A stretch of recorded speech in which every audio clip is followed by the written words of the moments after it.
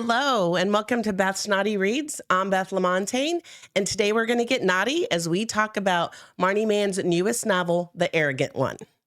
However, let's shoot some shit before we get into that book. I'm going to tell you guys, you obviously know where you can find me and watch me. You can see me on YouTube. If you like this video, please give me a thumbs up before you head out today, and also subscribe so you get notification of future episodes.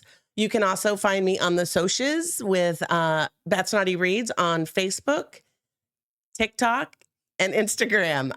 If you go out there, please be sure to follow me so that you can keep up with all the juicy books that I'm reading, as well as whatever I'm going to review next. Like I said, today we're going to talk about The Arrogant One, which is Marni Mann's newest novel that she released last Tuesday. This is a good book. It was a fun book. It definitely has some spice. And so we are going to talk a little bit about that book today. And I'm going to start with just giving you some information on the book. So it starts off as a billionaire one-night stand.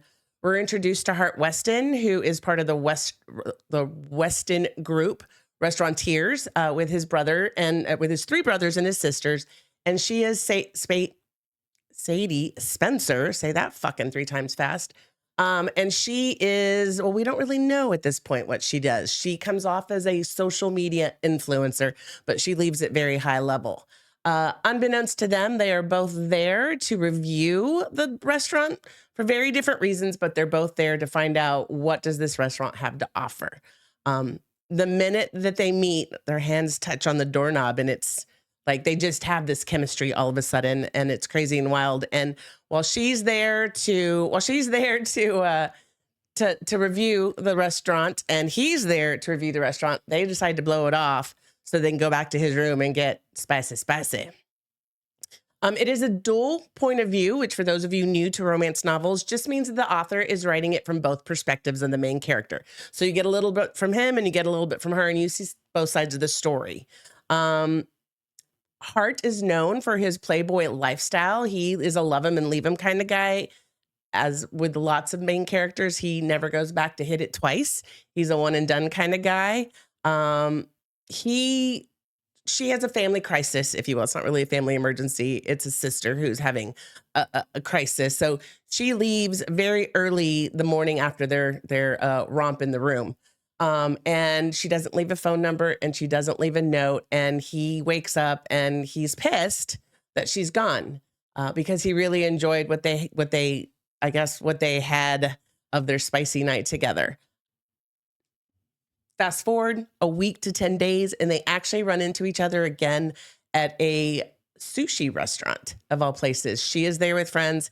He is there with friends and family, and they find each other across the room.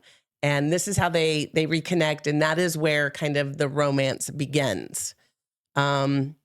So let me give you what I want to do is I want to tell you guys a little bit, so some of my quotes that I really like for this book so that you can kind of get a taste for the spice and a little bit of what the chemistry is between the two characters. So just like normal, I will have to keep it clean, a little edited for YouTube requirements and acceptability. But so the first one is from Hart, and they're talking about what kind of alcohol beverages she likes to drink, but she can't have one because she's got to drive back to LA tonight. So he says, "What if you didn't have to drive back tonight?" I asked. Her eyes narrowed. "What are you saying?" Once I voiced these words, I couldn't unsay them, and she wouldn't be unable to hear them. But that was the chance I was willing to take for one of the most beautiful women I'd ever seen. What if I offer you a different scenario? Wink, wink. So still within that same conversation, Sadie's kind of being a little spicy with him, like, what makes you so special? What can I get from you that I can't get from my toys? Or as I like to call them, my bobs, battery operated boyfriend. And she says to him, Lockhart, with her brows furrowed, "Do you think I'm just going to leave here with a complete stranger, go to your hotel room and," he breaks in, "have one of the best nights of your life?" "Yes, I most certainly think that. And that's all I'm asking for, Sadie. One night. Nothing more." Because again, guys, he's a love him and leave him, right? She comes back to tell him, "I just came here for dinner." And he says, "I'm offering you far more than a meal." I turned and pointed toward the hostess station at the front of the restaurant. "I'm sure they still have your table available. You can go. You can eat. You can do what you came here for. Or you can come with me. I shook my head as I took her in and let me eat you. If that ain't fucking hot, I don't know what it is. Because if a guy ever told me I can just eat you instead of the sushi, I'd be like, bye. Of course, that guy'd be my husband. So this last quote, it's a bit of a long one, but definitely gives you some additional insight into their spice. So she bit her lip as she slid her dress down because they got to the fun in the car on the way to the hotel room. They wasted no time. And she asks, are we at the hotel? And he says, we are. I turned the wheel and pulled up to the entrance where the valet attendants were waiting. You finished just in time. As I came to a stop, I sucked off the last of her from my hand. Just so you know, that was only the beginning. Upstairs in my room, you're going to get a lot more, and you're going to get it again and again. She smiled. That good girl I mentioned before, because she's trying to come off as the good girl, I think she just got a sample of being bad. Do you like this new side of you? Even in darkness, I saw the heat spread across her cheeks. I think so. Being bad was step one. Naughty is the next step.